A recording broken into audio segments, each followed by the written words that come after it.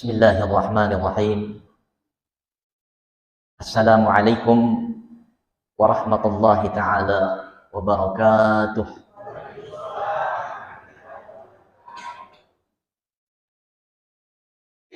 Alhamdulillahi rabbil alamin,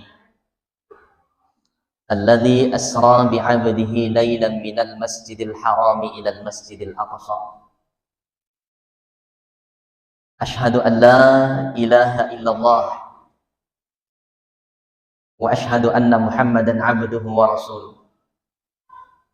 Allahumma salli wa sallim ala nabiyyina Muhammad wa ala alihi wa ashabihi ajma'in wa man tabi'ahum bi ihsan ila yaumiddin. Faqad qala Allah ta'ala fi kitabihil karim wa huwa asdaqul qailin. A'udzu billahi minasy syaithanir rajim. Bismillahirrahmanirrahim. Innani anallah la ilaha illa ana fa'budni wa aqimis salata li dzikri. Shadaqallahul azim. Hadirin jamaah Isra Mi'raj yang sama-sama dimuliakan oleh Allah. Alhamdulillah, segala puji bagi Allah Subhanahu wa ta'ala. Allah yang maha mendesain pertemuan ini. Tidak ada pertemuan yang terjadi karena kebetulan, tetapi sepenuhnya telah diatur dengan sempurna oleh Allah Subhanahu wa ta'ala. Maka berbahagialah kita ini jamaah sekalian, oleh karena kita menikmati nikmatnya sujud di hadapan Allah Subhanahu wa ta'ala. Sagai egana salah surta pendingi janji di saat yang bersamaan sore hari ini, barangkali ada yang menikmati maksiatnya di hadapan Allah Subhanahu wa ta'ala. Na'udzubillah. Oleh karena itu, mari kita bersalawat serta mengirimkan salam kepada baginda Nabi Muhammad sallallahu alaihi wasallam. Tidak ada manusia yang paling sempurna di dunia kecuali Nabi Muhammad sallallahu alaihi wasallam. 63 tahun hidup beliau. Saya pikir ini adalah hidup yang tidak lama, karena barangkali ada orang tua kita yang jauh lebih lama hidup di dunia dibandingkan dengan Rasulullah Muhammad SAW. Selama 63 tahun hidup beliau, tidak satu pun ada anggota tubuhnya pernah tersentuh dengan dosa. Ya rotimunna Nabi Muhammad SAW tidak sekalipun pernah berbohong, tidak pernah menceritakan aibnya orang. Tangannya tidak pernah diayunkan untuk menzalimi orang. Begitu juga dengan kaki beliau, tidak pernah dilangkahkan untuk berbuat maksiat di hadapan Allah Subhanahu wa ta'ala. Beliau maksum. Jamaah sekalian yang sama-sama dimuliakan oleh Allah. Suatu ketika Nabi Musa alaihissalam pernah meminta dan bermohon kepada Allah. Nabi Musa itu dekat dengan Allah. Saking dekatnya dengan Allah, beliau berkalam-kalam dengan Allah.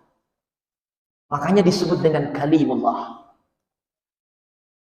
Beliau minta kepada Allah, Ifwan afagurulanu kasiddi sikiri. Na iya sikiri dek mito nagagacho lebih dek mito nagagacho geloi, dibandingkan seluruh zikir-zikir yang engkau turunkan kelak di bumi ini. Maka Allah pun berfirman dalam Al-Quran, dalam surah Toha. Sebentar ketika kita kembali di rumah, insya Allah kita coba buka muka surah Toha. Innani anallah la ilaha illa ana fa'budni wa aqimis salata li dzikri. Inilah tema singkat kita pada pertemuan di Isra Mi'raj kita di pertemuan kali ini. Jamaah sekalian yang sama-sama dimuliakan oleh Allah. Innani anallah. Sesungguhnya saya ini, kata Allah, saya adalah Allah. Ini deklarasi Allah menunjukkan bahwa sesungguhnya Allah itu adalah satu-satunya Tuhan. Pengakuan Allah terhadap dirinya. La ilaha illa ana. Dek metona gaga illah. Yawaddi disompana sabak si tongot-tongot na asumpang. La ilaha. Maka kalau kita buka-buka ilmu tafsir jamaah sekalian, ilah itu bermakna sesuatu yang ditakjubi, takjub kita. Maka mendirikan sholat sesungguhnya bukan hanya melepaskan kewajiban sholat, tetapi di sana ada rasa takjub kita terhadap zat yang maha menciptakan kita. Jamaah sekalian yang sama-sama dimuliakan oleh Allah. Maka kalimat la ilaha inilah yang diajarkan kepada Nabi Yuna Musa alaihissalam. Ia tona di paguruangi Nabi ta Muhammad sallallahu alaihi wasallam 10 telu tong tanah na paguruan Nabi ta di tanah Mekah. Saya ingin bertanya jemaah sekalian. Kira-kira apa yang pertama diajarkan oleh Nabi? Caranya kah mendirikan sholat? Carana gama puasa tawi, carana gama sakit tawi, carana gama haji tawi, ataukah kemudian yang pertama diajarkan oleh Nabi adalah kalimat la ilaha illallah? Kira-kira apa jamaah sekalian? Ini penting kita satukan faham kita, sebab nanti kita hubungkan dengan hakikat Isra Mi'raj Nabi Muhammad sallallahu alaihi wasallam. Ternyata dalam sejarah kenabian, selama 13 tahun di tanah Mekah, satu-satunya kalimat yang diajarkan oleh Nabi tidak lain adalah kalimat la ilaha illallah. Tuntas kalimat la ilaha illallah. Hijrah ke tanah Madinah. Mudah bagi sahabat-sahabat melaksanakan sholat. Mudah melaksanakan puasa. Mudah melaksanakan haji. Kenapa jamaah kalimat? Kalimat tauhid sempurna sebelum diperintahkan kewajiban yang lain. Maka itulah sebabnya jamaah sekalian, kenapa kemudian ketika Nabi ingin melaksanakan Isra dan Mi'raj dari Masjidil Haram ke Masjidil Aqsa di tanah Palestina, Nabi pertama dibedah dulu. Kan kita baca dalam sejarah, disesek baru-baruan Nabi, kemudian dibersihkan hatinya. Pertanyaannya, apakah kemudian hatinya Nabi kotor? Tidak. Tidak ada satupun kitab yang pernah kita baca bahwa sesungguhnya hati Nabi kotor sehingga kemudian dibersihkan. Tapi kenapa mesti dibedah? Bukankah Nabi adalah manusia yang sempurna? Ternyata jamaah sekalian, iro Nabi tak mailo dipindri balongi longi mapamuli langi pertama letuk langi fitul lafi bahkan kelak akan menggapai, akan sampai ke satu tempat di mana makhluk yang tercipta dari nur cahaya pun tidak sanggup tembus ke sana. Maka ketika malaikat Jibril sampai di langit ke-7, malaikat Jibril mempersilahkan Nabi untuk ke Sidratul Muntaha. Tidak sanggup malaikat Jibril untuk menemani. Kenapa jemaah sekalian? Padahal malaikat Jibril tercipta dari cahaya. Maka kita baca dalam kitab Barasanji. Dalam kitab Barasanji jemaah sekalian kita baca, Anta syamsun, anta badrun, anta nurun, fauqa nuri. Kalimat ini sederhana, tetapi sesungguhnya mengandung makna yang sangat-sangat mendasar. Anta syamsum iyaro tajammu Nabi Muhammad fada tajanna matanna as-soy larikum at-tapai. Bisa dibayangkan bagaimana cahaya yang dibawa oleh Nabi. Wa anta badrun iyaro tajammu Nabi Muhammad fada tajanna ulengi di 10 apa 10 5 umpuna. Wa anta nurun fauqa nuri. Irtajamu dami Muhammad lebih pihata jannah. Di sini nasiwa-siwai pura na pancaji kong Allah Ta'ala. Maka Nabi mampu menembus sampai ke Sidratul Muntaha. Sementara malaikat Jibril yang tercipta dari nur sendiri tidak mampu sampai ke Sidratul Muntaha. Jamaah sekalian. Maka itulah sebabnya kenapa dakwah Nabi diawali dengan kalimat La ilaha illallah. Kalimat ini diawali dengan huruf La. Dalam ilmu nahwu, kalau kita belajar bahasa Arab, ada ilmu tata bahasa Arab yang disebut dengan ilmu nahwu. La ini dimaknai dua macam. Pertama la nafi, yang kedua la nahi. La nafi itu bermakna meniadakan, la nahi itu larangan. Tapi dahsyatnya dilalena ia werikadai napamule pong Allah Ta'ala nasabak la nafi dimakna meniadakan. Maka jadilah kalimat ini berbunyi la ilaha, tidak ada ilah yang pantas disembah atas sebenar-benarnya sembahan. Maka takjub kita terhadap satu zat yang maha menciptakan kita, sehingga kemudian menyebabkan kita menikmati menyembahnya. Kadang pula kamar aja selesai malam minggu hadir. Kadang-kala mas sempajaki, tapi di suatu waktu makutu-kutu siki mas sempajak. Puraga dirasa kok. Dari gamatan adik tak minum mas sempajak. Atau kita tersiksa dalam sholat kita. Karena kita tidak menikmati dan tidak takjub terhadap yang disembah. Maka kalimat ini mesti dibedah kembali. Karena tidak ada satupun zat yang pantas kita takjubi kecuali zat yang memang pantas kita takjubi. Maka kalau kita keluar, kita melihat ada langit yang berdiri tanpa ada tiang. Sesungguhnya diciptakan oleh zat yang maha ditakjubi. Itulah Allah. Khalik. Tidak ada makhluk yang mampu menciptakan demikian. Maka tidak ada makhluk yang pantas untuk ditakjubi. Maka itulah sebabnya jamaah sekalian, menghormati orang bukan karena harta, bukan karena pangkat, bukan karena aksesoris. Sebab Allah tidak pernah melihat yang demikian. Inna akramakum indallahi atqakum. Yang paling mulia di sisi Allah Subhanahu wa taala adalah yang membawa hati senantiasa bertakwa kepada Allah Subhanahu wa taala. Maka la ilaha, tidak ada zat yang maha kita sembah kecuali Allah. La ilaha. Maka kalimat ini ditempatkan dalam satu tempat yang tidak bisa terlihat secara kasat mata. Kalimat ini ditempatkan dalam hati kita. Maka hati disebut dengan qalbun.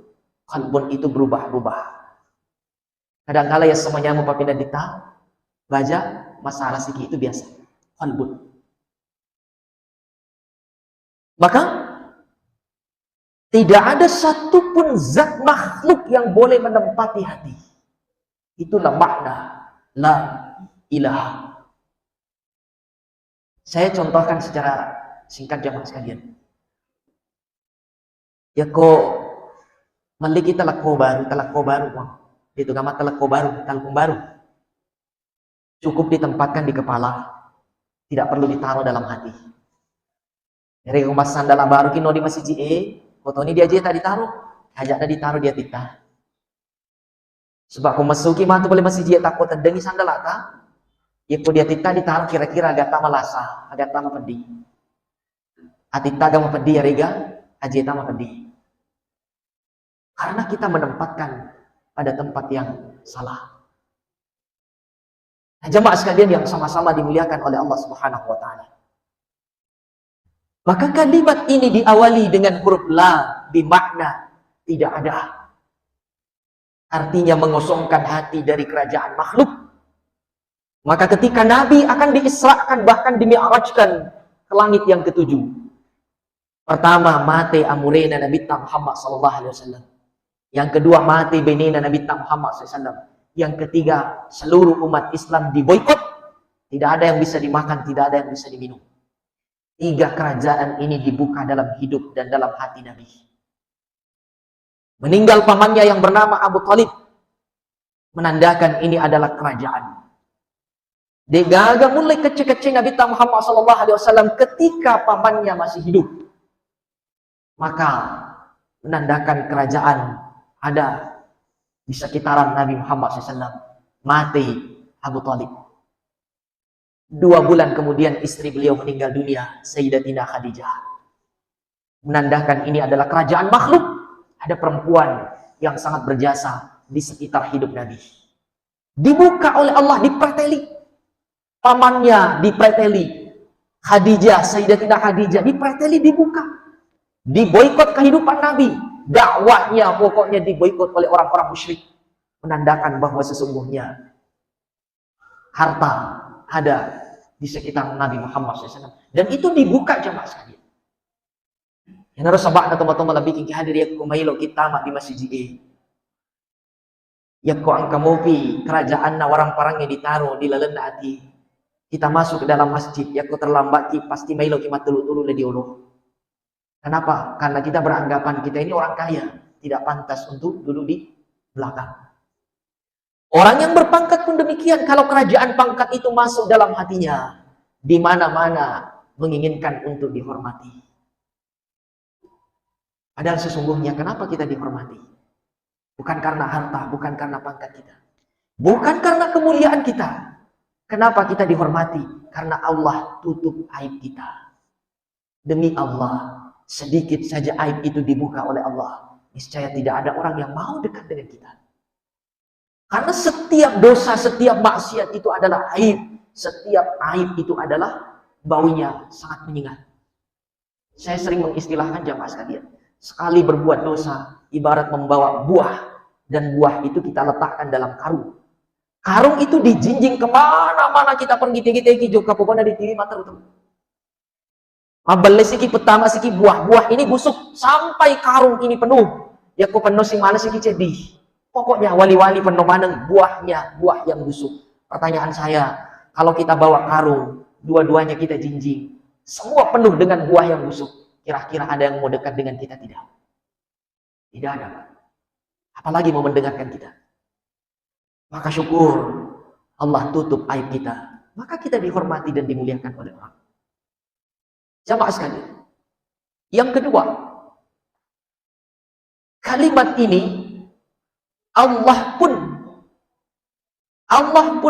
mewujudkan kalimat ini dengan huruf illah di tengahnya. Illah dalam ilmu nahwu disebut dengan harful isbat atau harful istisna, bermakna pengecualian. Kecuali. Illallah, kecuali Allah Subhanahu wa taala. Maka la ilaha, tidak ada zat yang pantas disembah. Maka ketiadaan itu kita kosongkan dalam hati kita. Maka sempurnalah kalimat ini ketika ditambah dengan illallah, kecuali Allah yang memang pantas disembah. Kalimat inilah yang diajarkan kepada Nabi Yuna Musa alaihissalam. Kalimat ini pula yang diajarkan kepada Nabi Yuna Muhammad SAW, didakwahkan 13 tahun namanya. Maka siapapun yang pernah mengucapkan kalimat la ilaha illallah, kata Allah, fa'budni, sembahlah saya, kata Allah. Sumpah karena semua ta'ala. Inilah hakikat dimi'rajkannya Nabi Muhammad SAW 50 rakaat. 50 rakaat. Bokot temawari diwerengi nabita natiwi lolino. Sekiranya 50 rakaat ini yang jadi jamaah sekalian. Si tunggu-tunggu dari gagal janji jamaah-jamaah. Digatawa Nabi ini, digatawa adalah kita. Sebab purabat tawi masam pajaki, loki lisu dibolai basi tawi ini. Alhamdulillah, Allah Maha Rahman, Maha Rahim. Dikurangi 5, maka kemudian wujudnya sekarang jadilah 5 waktu. Jamaah sekalian. Maka kata Allah, fa'budni, sembahlah saya. Sembahlah saya, kata Allah. Tidak ada satupun hal yang diminta oleh Allah dari kita. Ketika Allah mengatur lalu lintas rezeki kepada kita, setiap hirupan nafas yang kita hirup ini jamaah sekalian, tidak ada yang diminta oleh Allah sebagai balasan. Ya kumalasa kita teman-teman lebih kung hadir juga di rumah sakit. Kita dikaruniakan dibantu dengan pernapasan. Tiba-tiba tabungnya habis udaranya. Kita akan mengatakan, dokter, ya kok angkamu tabung. Sekalipun satu yang masih tersisa udaranya, saya siap membeli berapapun harganya. Itu tabung udara. Kira-kira bagaimana dengan Allah? Setiap nafas ini tidak ada yang diminta balasan oleh Allah. Satu-satunya yang diminta oleh Allah, Allah katakan fa'budni, sembahlah saya. Sembahlah saya. Maka siapapun yang pernah mengucapkan kalimat la ilaha illallah lalu kemudian tidak menyembah Allah, maka sesungguhnya dia berkhianat dengan kalimat la ilaha illallah. Siapapun yang berkhianat dengan kalimat la ilaha illallah, maka sesungguhnya dia berkhianat dengan Allah. Siapapun yang berkhianat dengan Allah, maka sesungguhnya dia menantang Allah sebagai Tuhan. Mutlak. Ya kopura di puada kalimat la ilaha illallah, mapamule capa aje, letu capa ulu, mesti disompa madicing ifung Allah Ta'ala. Inilah hakikat dimi'rajkannya Nabi sampai ke langit ke-7. Sampai ke langit ke-7. Angka bukut tembawari mailot diwerengi Nabi Muhammad SAW. Inilah perkara penyembahan, perkara sholat. Karena sekali-kali manusia tidak boleh meninggalkan pekerjaan ini. Itulah sebabnya setelah kalimat la ilaha illallah Allah syariatkan sholat dalam rukun Islam. Sigandengi antara kalimat la ilaha illallah sibawa asam panggil lo di sisi alajan atau Allah Ta'ala. Maka pertanyaannya bagaimana caranya menyembah Allah? Allah pun mengatakan dalam firman-Nya, aqimis salata lidzikri, sambungan ayat yang saya bacakan tadi. Aqimis salata lidzikri. Dirikanlah salat itu lidzikri, untuk mengingatku kata Allah. Mengingatku kata Allah. Zikir, bukan fikir. Dalam konteks perintah salat, tidak ada perintah yang mengatakan if'alis salat atau i'malis salat. Jamai sempajangi. Tidak ada. Tapi dalam ayat itu selalu dikatakan aqimis salata. Ketongengi sempajangi. Kira-kira apa maknanya jemaah sekalian? Kenapa salat itu didirikan? Kenapa sholat tidak dikerjakan? Sebab ketika Allah perintah kita hanya sekedar untuk mengerjakan sholat, itu berarti hanya di waktu-waktu tertentu saja. Hanya sekedar 5 waktu saja. Tetapi ketika mendirikan sholat, maka nilai-nilai sholat ini mesti dibawa setelah kita melaksanakan sholat. Kalau dalam sholat melarang kita untuk berbohong, melarang kita untuk menceritakan aibnya orang, setelah sholat, insya Allah kita tidak lagi menceritakan aibnya orang. Kadang-kadang siruntuki salah lebih hadir. Cilalona kurang masa sempajang. Masuk si matu di masjid. Napi masuk boleh di babana masjid. Nah cerita nih, balik itu dana dendre. Oh ya anu, talakona, ia motoratan dia ulun pagi. Apakah kemudian nilai sholat ini melekat dalam diri kita? Itulah sebabnya aqimis sholat. Dirikan sholat. Dirikan sholat. Mendirikan sholat sepanjang waktu. Nilai sholat itu mesti kita hadirkan dalam hati. Yang kedua, aqimis sholata lidzikri, tetongengi sempajange sarikwa mengi maringgara kiloria lidzikri.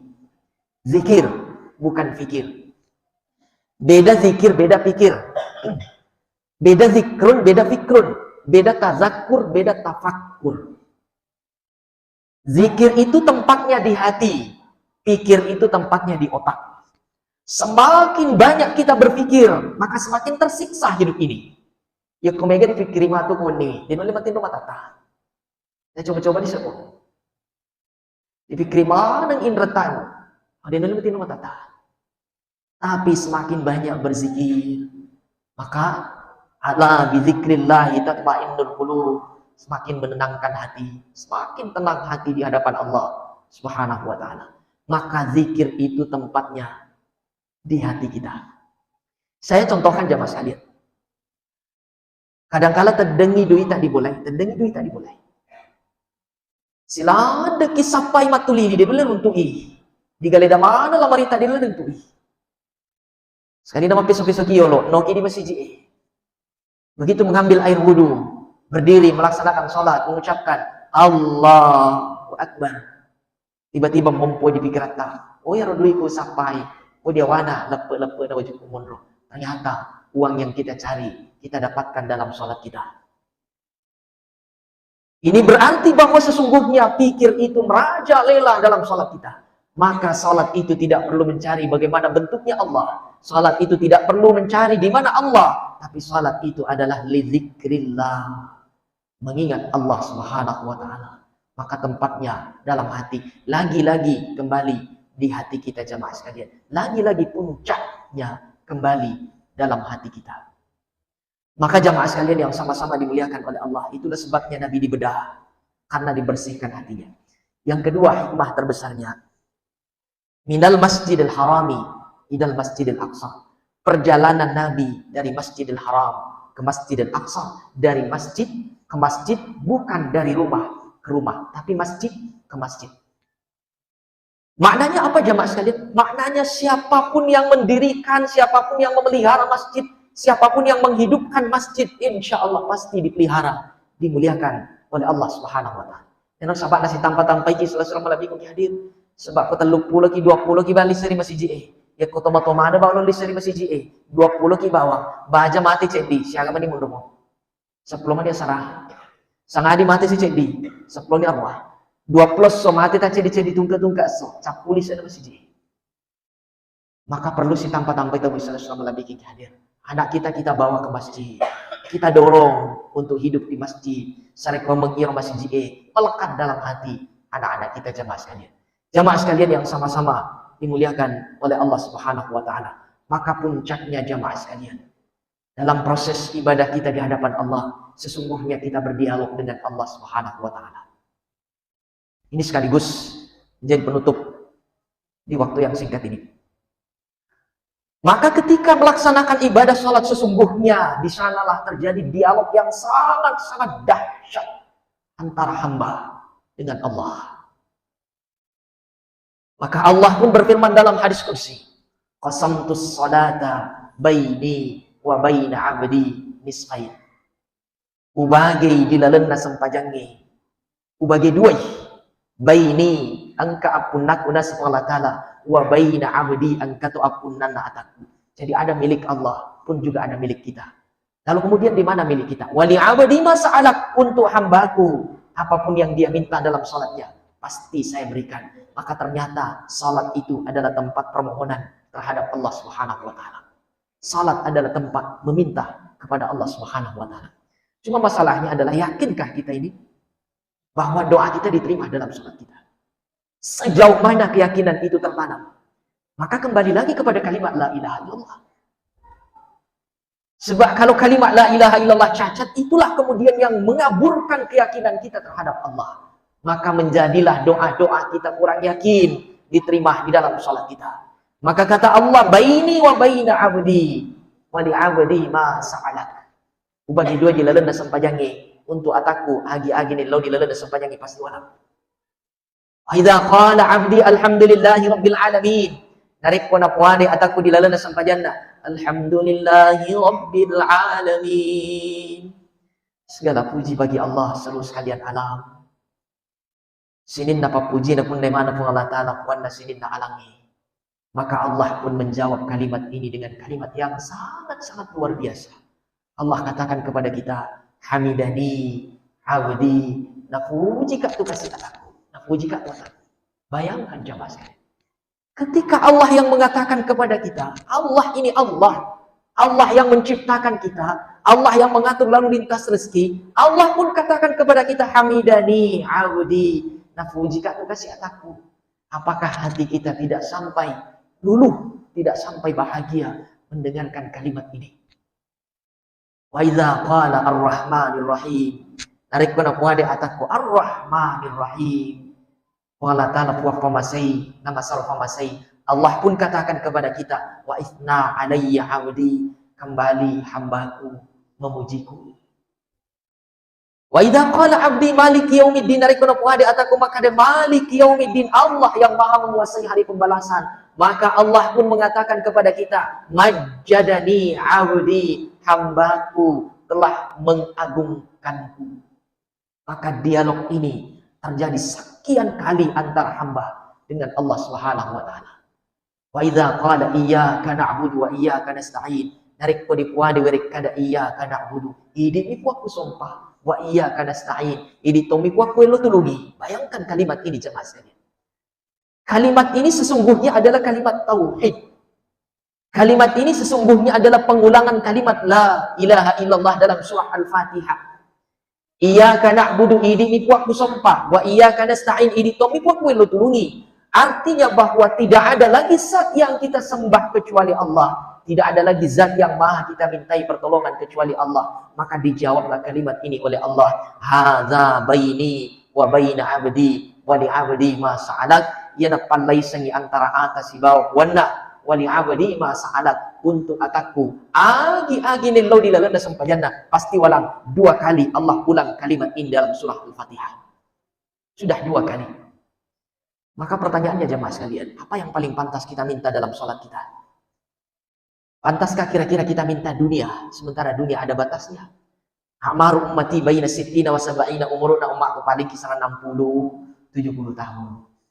Ya kalau ada yang lebih, alhamdulillah. Jemaah sekalian, pantaskah kita meminta pangkat dalam sholat kita? Ternyata tidak jemaah sekalian. Ternyata Allah pun berfirman dalam ayatnya, ihdinas siratal mustaqim. Ihdinas siratal mustaqim. Maka kalimat yang paling pantas kita minta dalam salat kita, dan itu kita ulang-ulang sampai 17 rakaat minimal dalam 1 hari semalam. Ihdinas siratal mustaqim. Ya Allah, tunjukkan saya jalan ihdinas siratal mustaqim. Ihdinas siratal mustaqim itu bukan hanya jalan yang lurus jemaah sekalian. Sebab kadang-kala ada jalan yang lurus tapi tidak menyelamatkan. Ya kumelo kimendre Makassar, kalau timan lulu selama 3 selesai lebih kejadian. Tidak. Tapi jalan yang lurus pun juga menyelamatkan. Hakikatnya kalimat ini bahwa sesungguhnya ini adalah pengakuan bahwa kita ini adalah makhluk yang kotor. Tidak ada makhluk yang tidak tersesat kecuali Nabi Muhammad SAW. Maka setiap kali kita tersesat, mengambil air wudu, salat, membaca ihdinas siratal mustaqim, kembali kita meminta kepada Allah, ya Allah, kembalikan saya ke jalan fitrah yang menyelamatkan. Itulah ihdinas siratal mustaqim. Siratal ladzina an'amta 'alaihim. Jalannya orang-orang yang Engkau berikan petunjuk, ghairil maghdubi 'alaihim waladdallin. Bukan jalannya orang-orang yang tersesat, pun juga bukan jalannya orang-orang yang terputus. Maka sekian ayat ini ketika selesai dibaca, maka bersatulah suara antara imam, makmum, pun juga dengan malaikat-malaikat yang ada di langit. Sepenuhnya bersatu mengatakan, amin. Ya Allah, terimalah doa-doa kami. Allah pun mengijabah doa ini dengan kalimat yang sempurna. Hadza li abdi wa li abdi ma sa'alat. Yana apunanna ataku dilalana sampajangi. Wali abdi ma sa'alat, untuk ataku agi-agi mailo nelau. Pasti walang 3 kali kalimat ini diulang oleh Allah dalam surah Al-Fatihah. Maka jamaah sekalian yang sama-sama dimuliakan oleh Allah Subhanahu wa taala, sebagai penutup singkat kita dalam pertemuan di Isra Mi'raj yang dimuliakan oleh Allah Subhanahu wa taala, bahwa ternyata jamaah sekalian, perjalanan Nabi dari Masjidil Haram ke Masjidil Aqsa sampai Nabi dimi'rajkan ke langit yang ke-7, pun juga naik ke Sidratul Muntaha. Pertama jamaah sekalian, menunjukkan bahwa aktivitas hidup kita ini harus selalu bermuhasabah dalam hati kita. Apa maknanya bermuhasabah? Maknanya adalah menghisab, memeriksa, dan mencoba untuk mengevaluasi kehidupan kita. Itulah Nabi jamaah sekalian. Sebelum diangkat, maka beliau dibersihkan dulu. Yang kedua adalah ada makna yang sangat-sangat luar biasa.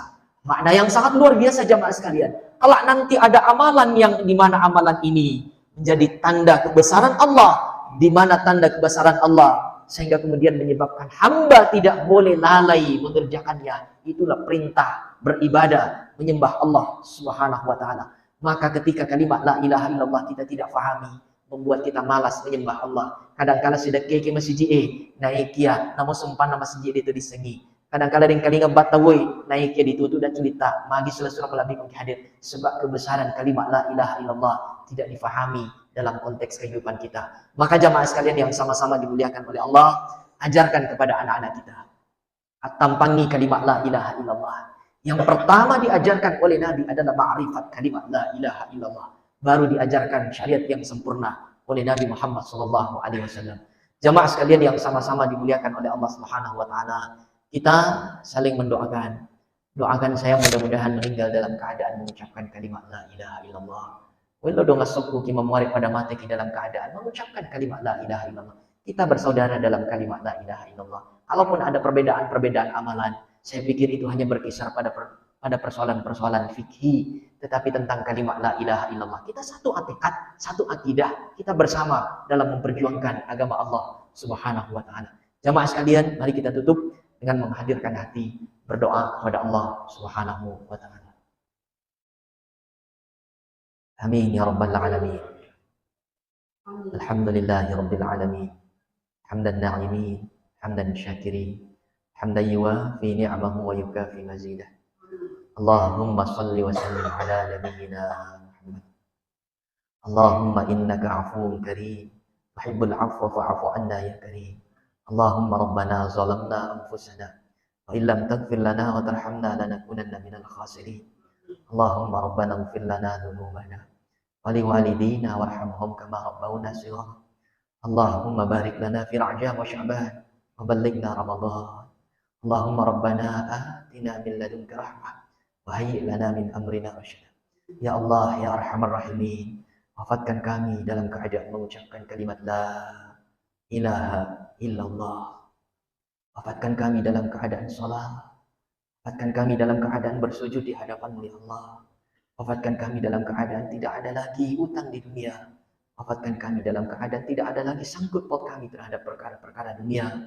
Ya Allah, ya Arhamar Rahimin, muliakan kedua orang tua kami, muliakan istri dan anak-anak kami, muliakan seluruh orang-orang beriman yang pernah mengucapkan kalimat la ilaha illallah. Rabbana la tuzigh qulubana ba'da idh hadaitana wa hab lana min ladunka rahmah innaka antal wahhab.